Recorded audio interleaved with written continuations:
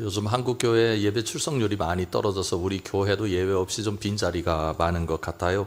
그래서 빈자리를 보면 마음이 좀 허허하기도 합니다. 그런데 또 한편으로는 기쁨이 넘치기도 합니다. 오늘도 이렇게 예배 자리에 나오신 여러분들을 하나님께서 얼마나 기뻐하실까 그런 생각해 보면 참 감사합니다. 예배를 위해서 수고하는 분들이 참 많습니다. 오늘은 좀 나은 것 같아요. 그렇죠? 저만 그렇게 느끼는 건 아니죠. 평상시 같으면 오늘도 덥다고 그럴 텐데 하도 더워가지고 오늘은 좀 시원한 것 같은 느낌까지 들 정도입니다. 지난주에 보니까 차량 주차 안내하시는 분인데 완전히 젖으셨어요. 머리부터 발끝까지. 그 고생하시면서 그런 모습 보이시는 것을 보고 마음도 아팠고 정말 저분들의 헌신이 이렇게 귀하구나. 뭐 또 차량 운행하시고 아이들 맞아주시고 안내위원으로 애쓰시고요. 또 주방을 4주 정도 쉽니다만 주방 쉬기 잘했다. 큰일 날 뻔했다. 이 더위에 음식 만드는 게 이게 보통 일이 아니다. 그런 생각이 듭니다. 우리 점심 식사 제공하기 위해서 얼마나 많은 분들이 헌신하시고 사랑으로 섬기고 계십니까? 또 교회 학교 교사로 하이파이브 팀으로 GFM 팀, 뭐 중보기도 팀, 또 새가족반, 뭐 로대기도 팀, 편찮으신 분들을 위해서 기도하시는 환우 로대기도팀, 찬양대, 그리고 찬양팀, 방송 영상팀, 바오밥팀, 도서관팀, 재정부팀, 또 평상시에 운행되는 안부 사역팀, 그리고 또 토스트 전도팀, 전도팀, 뭐 수많은 팀들이 움직입니다. 또 이 얘기를 들으시고 우리 팀 빠졌네 그러시면 안 돼요. 또 우리 팀은 왜 뒤에서 언급하지 그러시면 안 돼요. 정말 고맙습니다. 참 훌륭하십니다. 이 섬김이라고 하는 게 나를 내놔야 하는 거잖아요. 내 시간, 내 에너지, 내 정성을 밖으로 내놔야 이게 가능한 일이기 때문에 얼마나 많은 분들이 이렇게 주님 앞에서 헌신하셔서 교회가 교회되게 하시는지 정말 감사합니다. 여러분들 모두에게 주님께서 크신 은혜로 함께 해주시기를 주님의 이름으로 축원합니다. 제가 이 봉사의 말씀을 드리는 이유는 오늘 주신 말씀이 봉사를 같이 폄하하는 말씀으로 들릴 수 있기 때문입니다. 사실은 그렇지 않습니다. 예수님께서 봉사를 얼마나 많이 강조하셨습니까? 봉사하고 섬기는 것은 어떤 의미에서 그리스도인의 표징입니다. 성경에서는 봉사를 어느 정도까지 강조하고 있느냐면 섬김이라는 단어를 사용해서 말씀하기도 하는데 예수님의 십자가를 섬김의 길로 표현하기도 하죠. 우리가 너무나 잘 아는 마가복음 10장 44절과 45절 말씀을 보십시오. 너희 중에 누구든지 으뜸이 되고자 하는 자는 모든 사람의 종이 되어야 하리라. 같이 읽어볼까요? 인자가 온 것은 섬김을 받으려 함이 아니라 도리어 섬기려 하고 자기 목숨을 많은 사람의 대속물로 주려 함이니라. 아멘. 예수님의 최고의 섬김은 십자가였다 성경이 말씀하고 있습니다. 봉사 섬김은 그리스도인의 중요한 양식입니다. 말하자면 오늘 주신 말씀은 섬김, 봉사를 같이 폄하하는 말씀이 아니라고 제가 강조합니다. 그렇다면 마르다와 마리아의 이야기는 도대체 뭘 우리에게 주시고자 하는 교훈일까요? 38절을 먼저 보십시오. 그들이 길 갈 때 예수께서 한 마을에 들어가심에 마르다라 이름하는 한 여자가 자기 집으로 영접하더라. 여기 두 가지 중요한 단어가 있는데요. 먼저 마르다가 예수님을 영접했다고 표현합니다. 이 마르다가 살던 동네가 베다니인데 지도로 보시면 베다니가 두 군데 나와요. 하나는 여리고 밑으로 보이죠. 사해바다 바로 위에 있는 베단입니다. 요한복음 1장 28절에 기록되어 있는데 요단강 건너편 베단이라고 이렇게 구분해서 기록하고요. 요한복음 11장이나 또 오늘 주신 말씀에 나타난 베다니는 여러분들께서 보시는 빨간 점입니다. 예루살렘에서 약 5리쯤 떨어져 있는 아주 가까운 곳입니다. 그래서 예루살렘에 입성하려면 베단이란 동네를 반드시 지나야 했습니다. 예수님께서 그렇게 베다니 지역을 지나가고 계실 때였습니다. 그런데 한 가정이 예수님을 영접합니다. 그 사람이 마르다였습니다. 마르다가 나서서 예수님을 영접했습니다. 마리아가 아닙니다. 마르다의 아름다운 모습을 표현하고 있는 거죠. 이 영접이라고 하는 두 번째 이 포인트도요, 어떤 의미를 가지고 있느냐면 삭개오가 예수님께서 내가 네 집에 가야겠다 그렇게 말씀하실 때 삭개오가 집으로 예수님을 모셨는데 이걸 영접이라고 표현합니다. 그러니까 호의를 가지고 상대방을 받아들이는 것을 영접이라고 그럽니다. 내가 이분을 모시는데, 내가 이분을 초청하는데, 내가 이분을 우리 집으로 모셔드리는데 그 모시는 제 마음이 기쁩니다. 호의, 기쁜 마음으로 맞아주는 것을 의미하죠. 마르다의 마음에 예수님은 그런 대상이었습니다. 예수님 기쁜 마음으로 마르다가 자신의 집에 영접했습니다.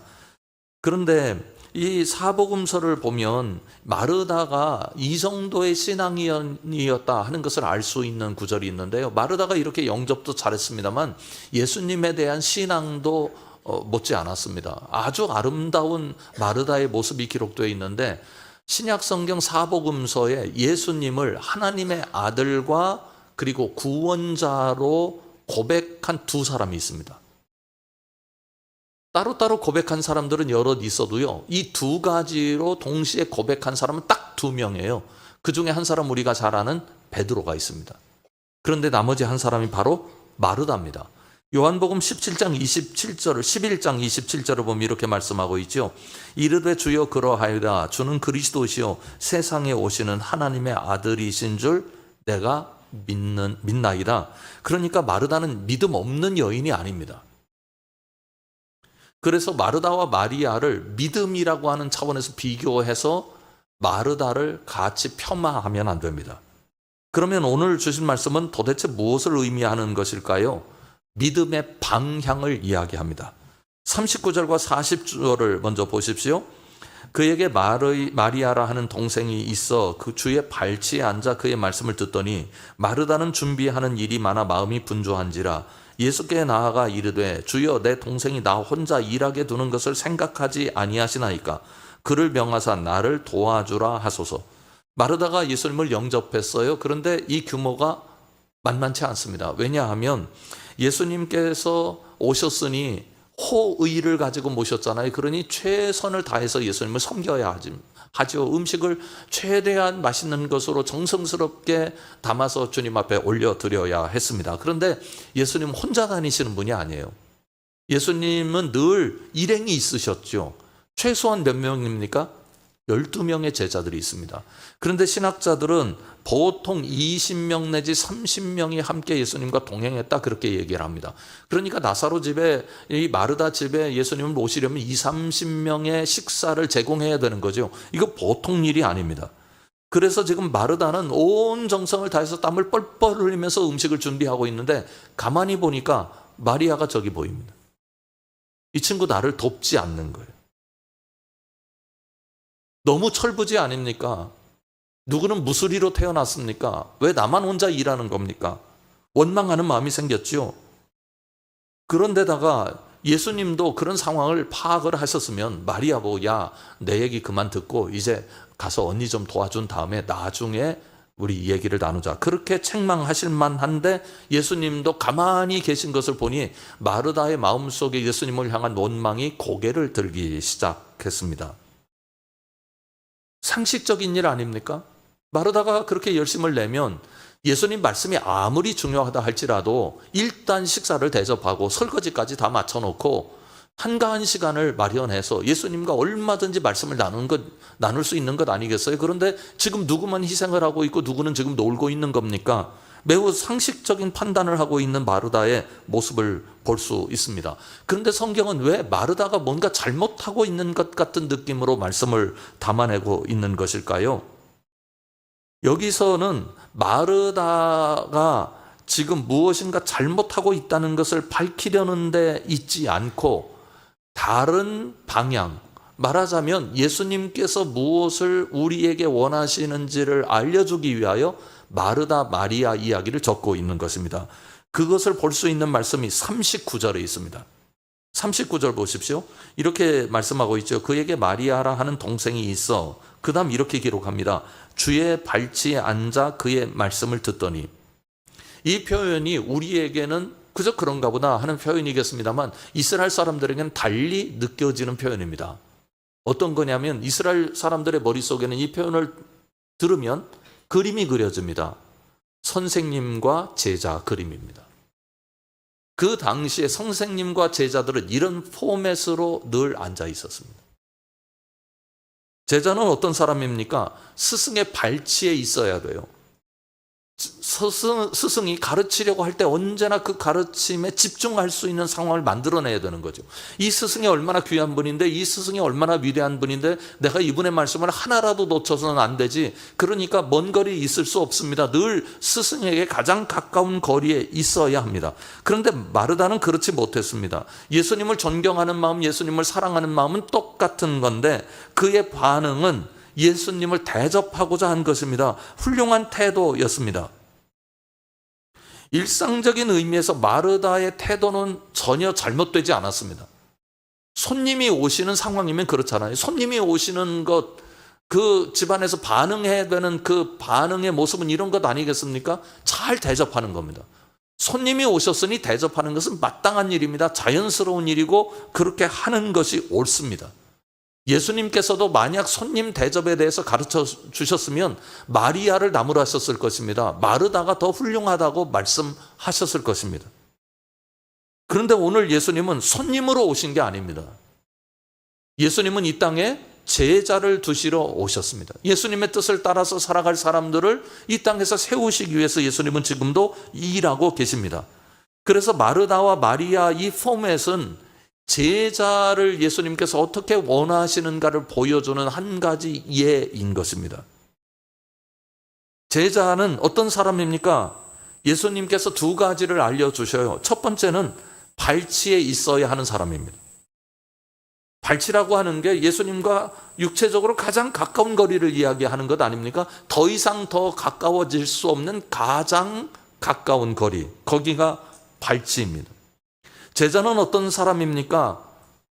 스승이 하시는 말씀을 하나도 놓치지 않으려는 의지를 가지고 있는 사람입니다. 주님의 소리에 관심이 많은 겁니다. 예수님이 무슨 말씀하시든 내가 그 말씀을 배우겠습니다. 내가 그 말씀을 깨닫겠습니다. 내가 그 말씀에 순종하겠습니다 하는 의지를 가지고 있습니다. 그러니 예수님과 거리를 두어서는 안 되죠. 예수님의 숨소리가 들릴 정도로 가까운 곳에 있어야 합니다.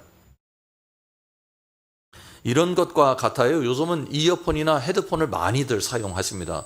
사람들이 많은 곳에 갔을 때도 얼마든지 그것을 통해서 자기가 원하는 소리를 들을 수 있으니까 그렇게 되는 거죠. 그런데 이 이어폰과 헤드폰이 두 종류로 나뉩니다. 가격이야 여러 종류가 있겠습니다만 한 가지 기능 때문에 두 종류로 나뉘는 건데요. 하나의 이어폰, 헤드폰은 어떤 거냐면 다른 소리도 들리는 겁니다. 차 소리도 들리고 사람 소리도 들리고 그래서 주변의 잡음들이 다 귀 속으로 들어옵니다. 이어폰의 소리, 헤드폰의 소리도 들어옵니다만 그러나 함께 들어오게 되는 거죠. 그런데 다른 종류가 하나 있는데 주변의 잡소리들이 들리지 않습니다. 내가 원하는 소리만 들리는 거예요. 차 소리도 들리지 않습니다. 사람들 떠드는 소리도 들리지 않습니다. 노이즈 캔슬링이라는 기능을 가지고 있기 때문입니다. 그래서 잡소리를 최대한 제거하고 내가 원하는 소리를 들을 수 있도록 만들어주는 기능이 있는 그런 이어폰과 헤드폰이 있습니다. 여러분, 우리 그리스도인들이 그래야 되는 거예요. 노이즈 캔슬링이 되어야 되는 거예요. 이 사람 소리도 좋고 저 사람 소리도 좋고 예수님 소리도 좋고 그건 제자가 아니죠. 그 중에 내가 선택을 하겠다는 거고 그런 소리가 있어서 나를 혼란스럽게 만들어도 괜찮다는 생각을 가지고 있는 거잖아요. 그러나 잡소리가 제거될 수 있고 예수님의 소리만 듣길 원한다면 정말 그런 환경 속에 있어야 되지 않겠어요? 발치에 앉아있다는 말은 바로 그런 겁니다. 나는 예수님의 소리만 듣겠습니다. 이 소리 저 소리도 중요한 줄 알지만 그 중에 가장 중요한 소리가 예수님의 말씀인 것을 내가 결정했습니다. 그러니 나는 주님의 소리 듣겠습니다. 여기에 집중하겠습니다. 그런 의미를 가지고 있는 겁니다. 마리아는 그것을 선택했다. 제자들은 그걸 선택할 줄 아는 사람이다. 예수님께서 말씀하고 계신 거죠. 또 하나가 있습니다. 말씀을 듣고 있었다. 그렇게 얘기해요. 성경에는 이 사람이 어떤 말씀을 들었는지에 관해서는 얘기를 하지 않고 있고 말씀을 들었다는 사실 자체를 중요시 여기고 있습니다. 제자는 자기의 소리가 중요하지 않은 겁니다. 제자에게 가장 중요한 소리는 스승의 소리입니다.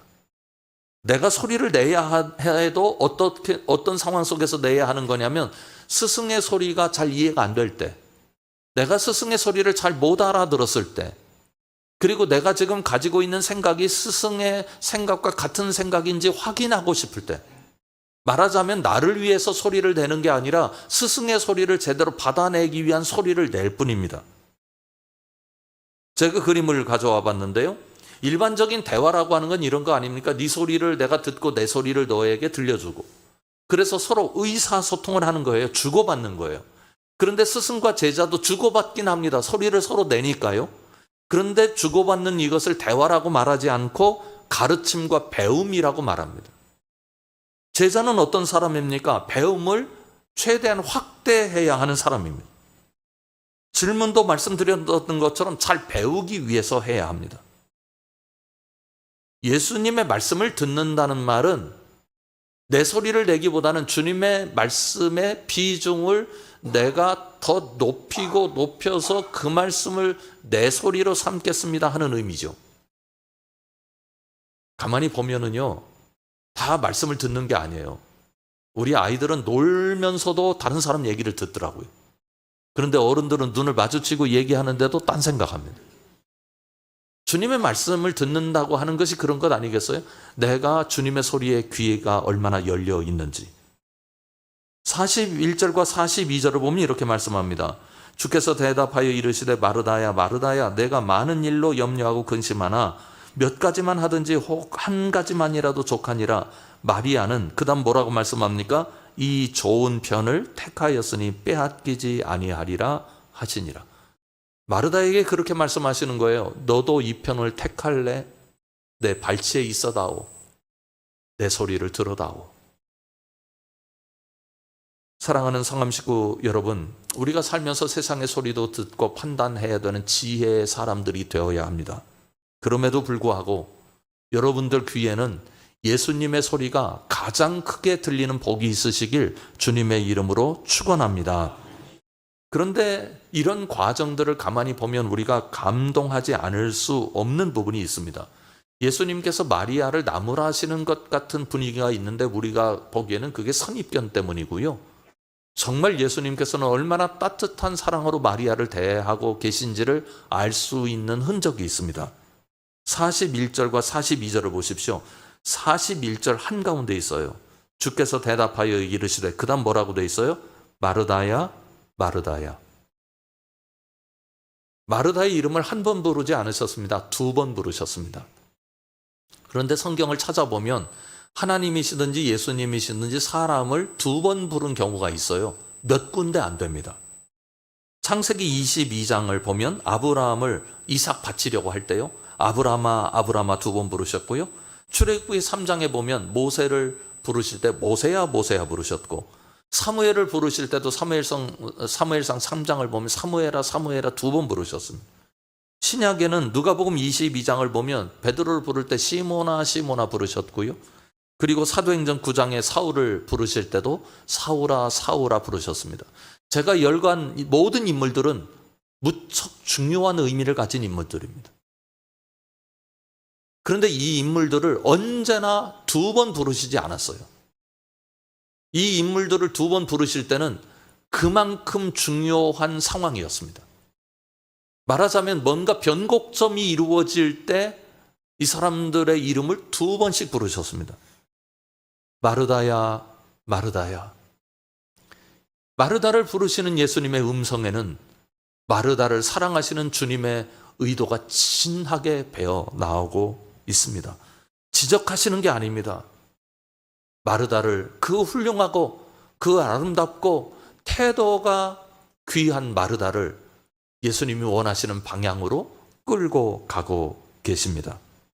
예수님은 늘 사람을 이렇게 세우셨어요. 우리에게도 이렇게 다가오신다고요. 베드로 이야기를 좀 하겠습니다. 베드로가 예수님이 십자가를 지고 돌아가신 다음에 갈릴리 바다로 다시 돌아가게 되었습니다. 왜냐하면 예수님을 3번이나 부인하는 일을 했거든요. 내 주제에 어떻게 제자 노릇하겠는가. 예수님도 사라진 셈으로 느끼게 되었고, 그래서 옛날 예수님을 만나기 이전에 어부의 자리로 되돌아갔습니다. 얼마나 그의 인생이 처량하게 느껴졌을까요? 그렇게 갔는데 예수님께서 그렇게 돌아간 베드로에게 찾아오셨습니다. 이 찾아오신 과정에 관한 기록을 보면 두 가지가 엄청난 의미를 담고 있어요. 먼저 찾아오신 시간입니다. 새벽 시간에 오셨어요. 이른 시간에 오셨으니 귀중하다, 그런 의미가 아닙니다. 뭐 1시, 2시, 3시, 4시 이렇게 물리적으로 시간이 중요한 게 아니었고요. 타이밍이었습니다.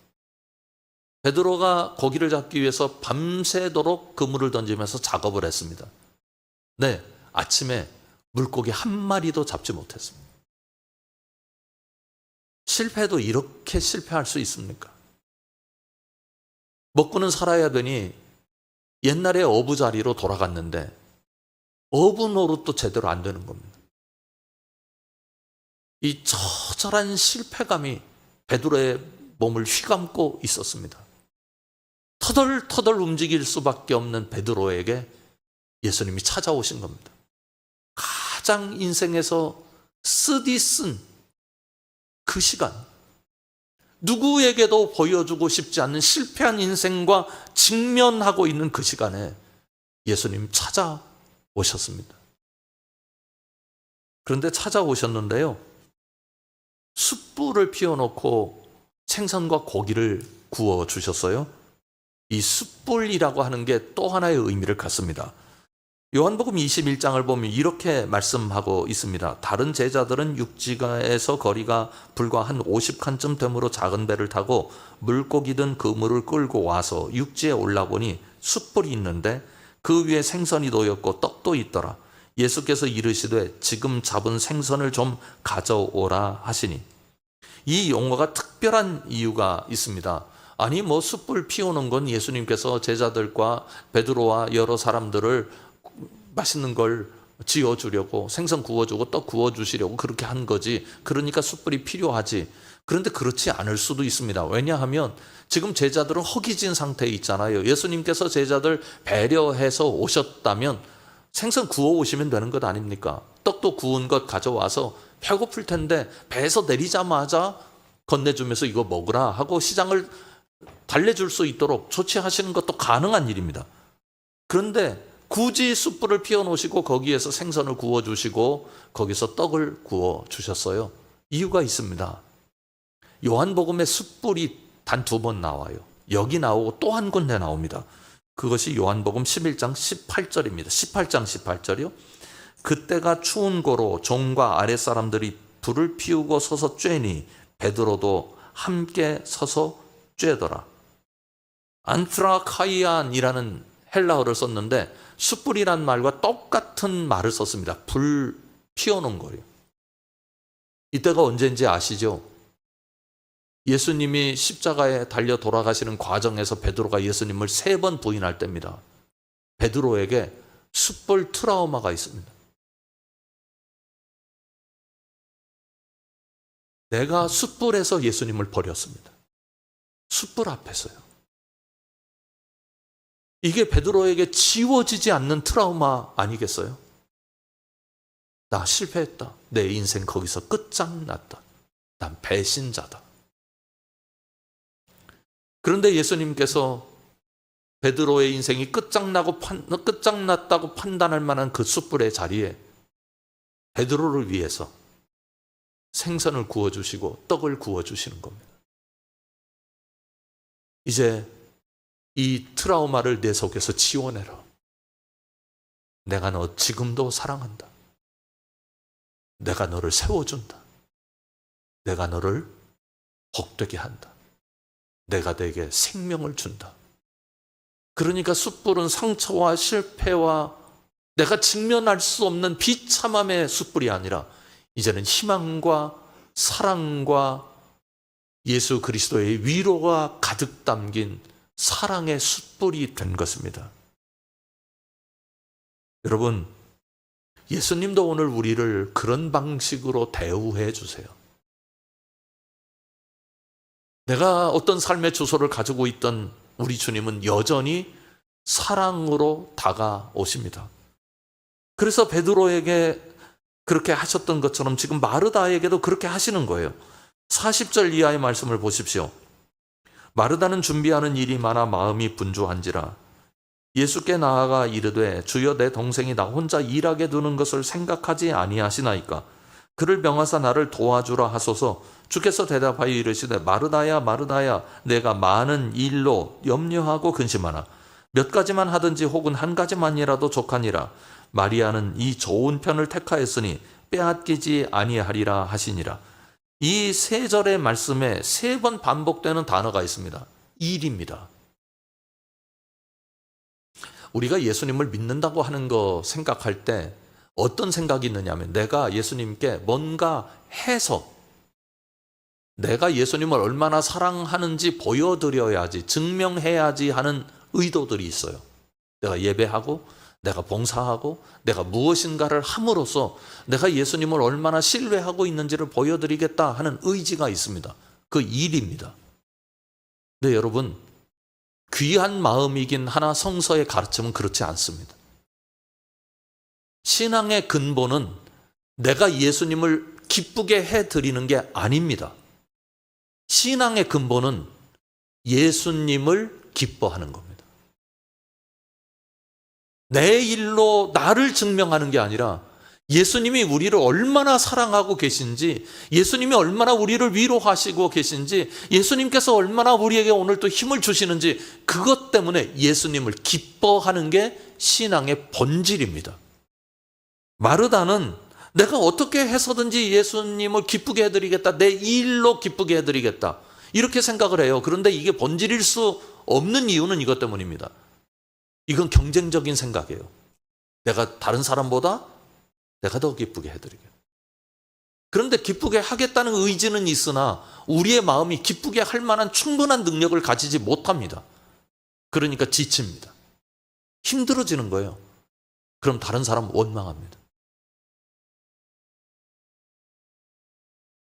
그런 상황에 있는 마르다에게 아니야, 내 말만 들어도 돼. 내 발치에 앉아 있기만 해도 돼. 그렇게 해방감을 갖게 하시고 자유를 허락하시는 주님 모습을 볼 수 있습니다. 여러분, 괜찮습니다. 부족해도 좀 괜찮습니다. 오늘 어느 부분에서 내 인생에서 실패가 있어도 괜찮습니다. 수준이 좀 낮아 보여도 괜찮습니다. 왜요? 우리에게 예수님이 계시기 때문입니다. 사랑하는 성함 식구 여러분, 마리아를 이끌어 주시고 베드로를 그렇게 이끌어 주신 우리 주님께서 오늘 또 우리를 위하여 그렇게 일하시는 줄 믿고 주님 기뻐하시기를 주님의 이름으로 축원합니다. 우리 함께 기도하면 좋겠습니다. 하나님, 우리가 주님을 발견하고 우리 마음과 삶에 기쁨이 담기고 주님의 은혜가 담겨서 그것이 우리 삶의 재료요, 그것이야말로 주님을 기쁘시게 해드리는 길임을 우리가 알 수 있도록 인도하여 주옵소서. 우리 함께 기도하겠습니다. 아버지 하나님, 감사합니다. 우리가 주님이 어떤 주님이신지 알게 해주셔서 감사합니다. 마르다야 마르다야 부르시면서 그의 귀한 모습을 받아주시고 그로 하여금 주님의 길에 서게 하시는 주님의 아름다우신 모습을 발견합니다. 오늘 우리에게도 그렇게 찾아오셔서 우리를 친히 인도하시며 우리로 하여금 어디에 있든지 무엇을 하든지 주님 뜻 안에 담기고 주님의 사랑 가운데 거하게 하시는 주님의 역사가 있을 줄 믿습니다. 그 주님 바라보고 살아갈 수 있도록 인도하여 주시옵고 힘을 내고 그 주님 때문에 저 기쁩니다, 그렇게 고백할 줄 아는 그리스도인으로 살아갈 수 있도록 주님 역사하여 주시옵소서. 예수님 이름으로 기도드립니다. 아멘.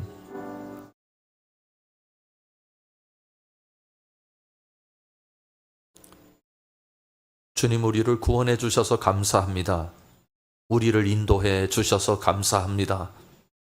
마르다야 마르다야 부르시는 것처럼 우리를 부르시며 오늘도 우리를 주님 사랑으로 인도하실 줄 믿습니다. 그 주님 바라보고 힘을 낼 수 있도록 역사하여 주시옵소서. 예수님 이름으로 간절히 기도드립니다. 아멘.